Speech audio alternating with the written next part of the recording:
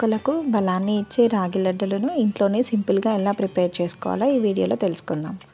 ముందుగా ప్యాన్ పెట్టుకొని నెయ్యి వేసుకొని అందులోకి 1 కప్పు రాగి పిండిని తీసుకుంటున్నాను. ఇందులో బాగా వేగనివ్వండి. ఒక 10 నిమిషాల పాటు వేయించుకోండి. పచ్చివాసన పోతుంది కదా, అప్పుడు ఈ పిండిని పక్కకు తీసి పెట్టేసుకొని చల్లార్చుకోండి. అందులోకి ఒక అరకప్పు బెల్లాన్ని తీసుకుంటున్నాను. అలాగే అరకప్పు నీళ్లు కూడా తీసుకుంటున్నాను. ఆ బెల్లాన్ని బాగా కరగనిద్దాం. ఇలా 2 పొంగులు వచ్చే వరకు వండించుకోండి. తర్వాత దీనిని వడగట్టి పక్కన పెట్టేసుకోండి. ఆలోపు మనము మళ్ళీ ప్యాన్ పెట్టుకొని అందులో కొద్దిగా నెయ్యి వేసుకొని మీ దగ్గర ఉన్న జీడిపప్పు బాదం పప్పులను వేసుకొని నేతిలో వేయించుకోండి.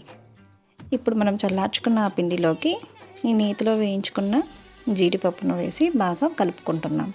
తర్వాత మనం బెల్లాన్ని పక్కన పెట్టుకున్నాం కదా, ఆ పాకాన్ని కూడా తీసుకొని ఇందులో కొంచెం కొంచెంగా చూసుకుంటూ కలుపుకోండి. ఇలా ముద్దగా కావాలి. ముద్దగా అయ్యాక చేతికి నెయ్యి రాసుకొని బాల్స్ లాగా చేసేసుకోండి. నచ్చితే వీడియో లైక్ చేయండి.